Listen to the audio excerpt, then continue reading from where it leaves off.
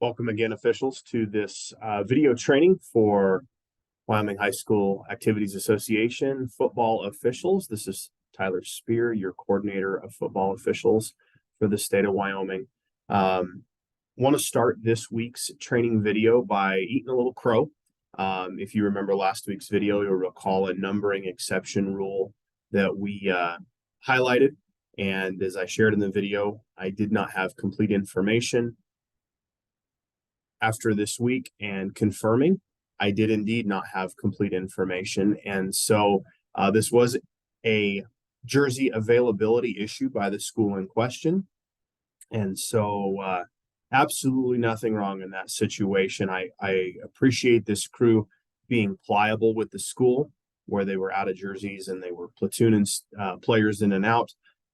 That's exactly what we would want. We would want our officials to be understanding in this situation, communicate with both sides that, hey, we're going to have this, but we're aware of it. So I would just say no fault of any kind should be attached to this association or that crew, any of its crew members for that, because they did it the way we would want them to do it. So one for the memory books on always trying to get context. And so just wanted to start with that. But this week, we've got a few clips that I want to look at. Again, a couple of these were sent to me. I found a couple on my own. And thank you to those who did send them in. Always helpful when I don't have to go hunting and finding for film as well. So we're going to start actually with this one that's on your screen here. And this one's pretty easy, and maybe this will have to be a theme for the rest of the year, but we're going to call this the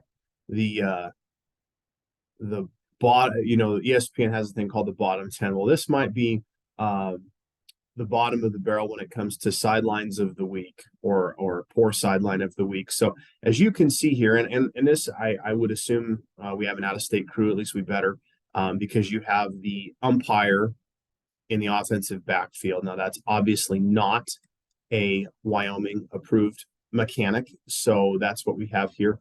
But that's just a note. What we're actually looking at here is this sideline. Holy Hannah. In fact, and I'm assuming these are ball boys over here on the left, but holy Hannah, guys, this is not what we're looking for. And even though we're outside of the restricted area where you can see the color changes here, this is absolutely not what we're looking for. This has got to be gotten at minimum with a talk to, but this is play number 69 in the game. So we've rolled off quite a bit of football here. We got to fix this. So I guess what I would say is don't let this be you, wing officials and crews. Don't let this be your crew. There's more people in the restricted area than there are in the team box. I mean, look at the yellow versus the green. There's more people in the restricted area than there are in the actual area. And then you've got, characters like here that aren't even in the restricted area. I mean, yeah, our focus is where it needs to be in terms of we have a pending snap, but my goodness, take a peek and say, guys, fix this. Let's not forget what happens if QB1 throws a pick.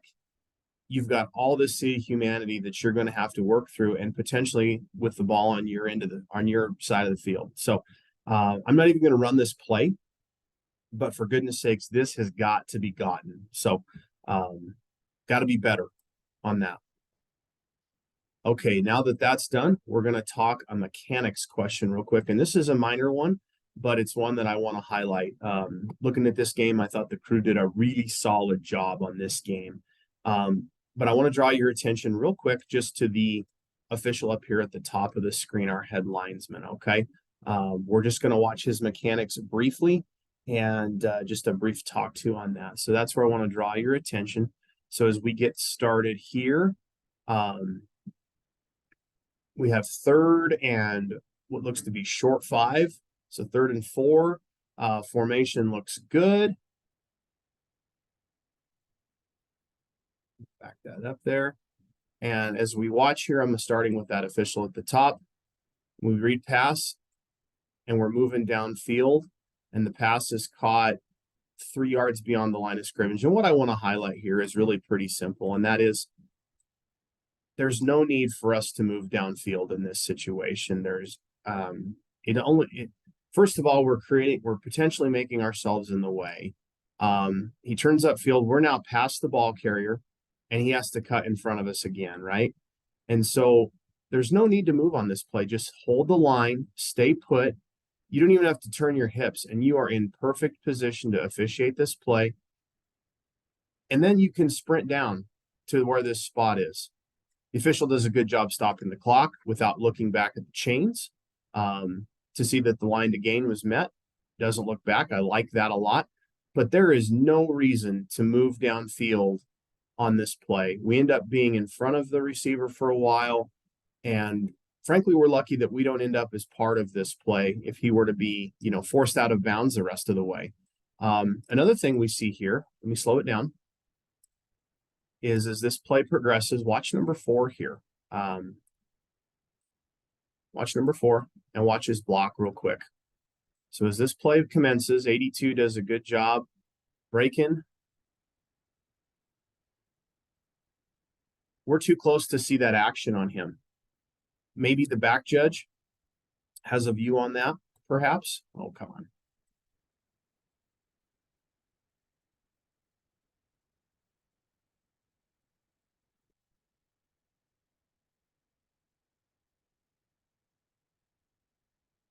This player right here and is going to come right into number 4 here, okay?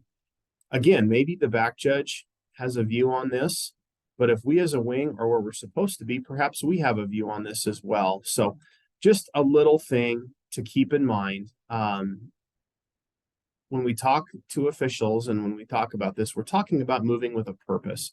And in this situation, there's no purpose to move. We can just stay put, keep all this in front of us. We keep ourselves safe, and then we can sprint up and have this position. So just a little mechanical thing to work on for the wings here. But otherwise, like I said, I thought this crew did a solid job. Okay, for our next clip or film, we've got a couple clips I want to look at. The first here is a punt. First punt of the game here.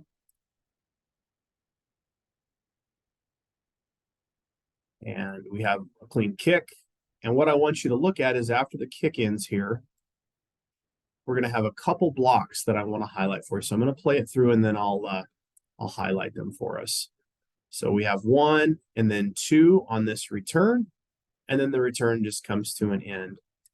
And so as we replay them, the first one comes up really quickly right here, and then there's another one coming shortly. So if we highlight this one right here, back it up a little bit,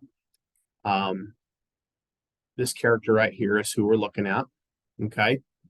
And what we see here is exactly what we're hoping for on this block. So he comes in, he's got his hands up, and with where he contacts him on the side, displaces him. That is exactly what we're looking for on these returns.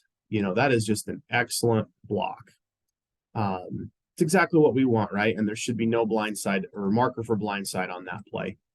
Next, I want you to look at this guy right here and his block as it comes downfield.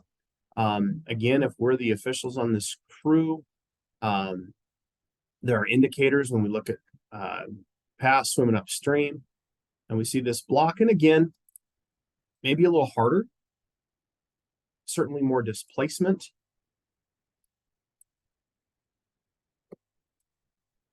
You're going to see it right here and right here. We'll let it go real speed and then we'll slow-mo it. More displacement, but again, I don't see anything here that warrants concern from me. Obviously, I hope we're looking at that as officials. Who's got eyes on this block? Our umpire is not looking there. I think he might be cleaning up here. I can't quite tell. But certainly I think our back judge, here could have a view on this block because he's trailing this play, should be looking at surrounding blocks, perhaps our opposite wing, wherever he might be. Where is our opposite wing?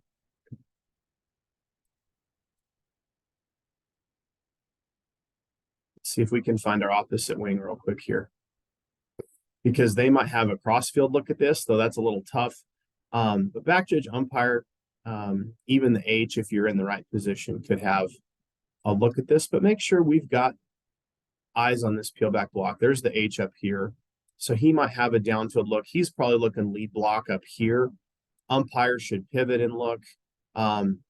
Still not quite sure where our opposite wing is. Remember, wings on a punt, the head linesman releases later. The line judge releases downfield after we have a clean snap. So just remember that mechanically. But all this to say, neither of those blocks are an issue, and I think this crew overall did a pretty solid job covering this punt. Okay, so now we're 1st and 10. Same game. And as we get started here, decent formation. This is all going to be action that you see in the backfield just as you prepare yourselves to watch this. So I'm going to let it go, and then we'll circle back.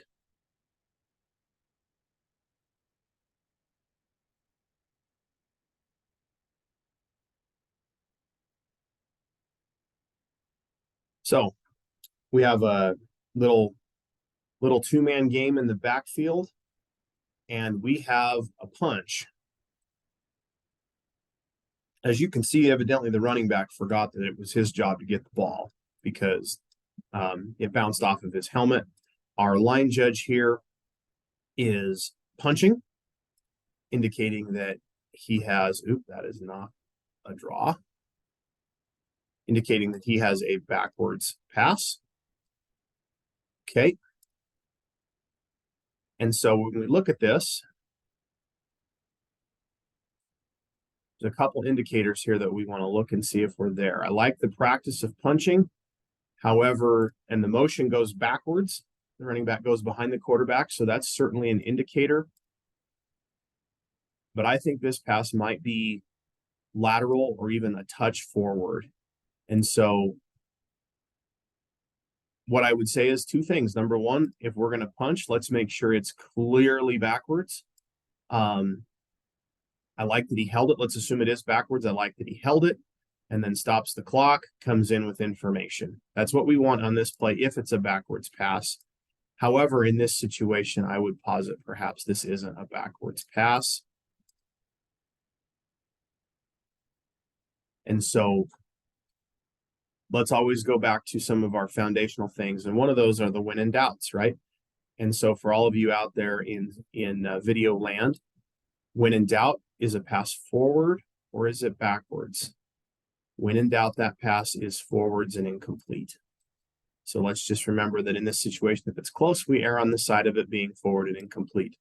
But you know, the motion backwards, the fact that it doinked off of his helmet, I can see why this maybe is backwards or saw is backwards. Clearly the coach doesn't agree. As you'll see here, he is continuing that discussion, and we can let him have that discussion. We don't have any issue with that. But all this to say, that's a close one. Something for us to look at and make sure this is something that you guys review in your pregame. Who's covering that, who has an opinion on that. And then let's make sure if we have opinion that we know when to share it with our crew to make sure we get this right. So otherwise, another crew that did a solid job on the game. So officials, that's what I have for this week, just as a quick review. Let's do better on our sidelines. Make sure your game doesn't end up on the bad sideline of the week. Number two, make sure we're moving with a purpose. Number three, make sure we have eyes on those kick coverages. A lot of chance for those big kill shot blocks. Let's make sure we're seeing what we need to see. And number four, always a good time to review the when in doubts, because close plays like this will occur. As we wind down this season, we're on the back half. Let's make sure we're the best team on the field. Let's make sure we get things right. And let's make sure that we exude what we need to do in terms of player safety and in terms of sportsmanship and just in terms of having those solid mechanics. The games are mattering and we've got to be at our best. Thanks for tuning in. Again, this is Tyler Spear, coordinator of football officials, signing off. Have a good one.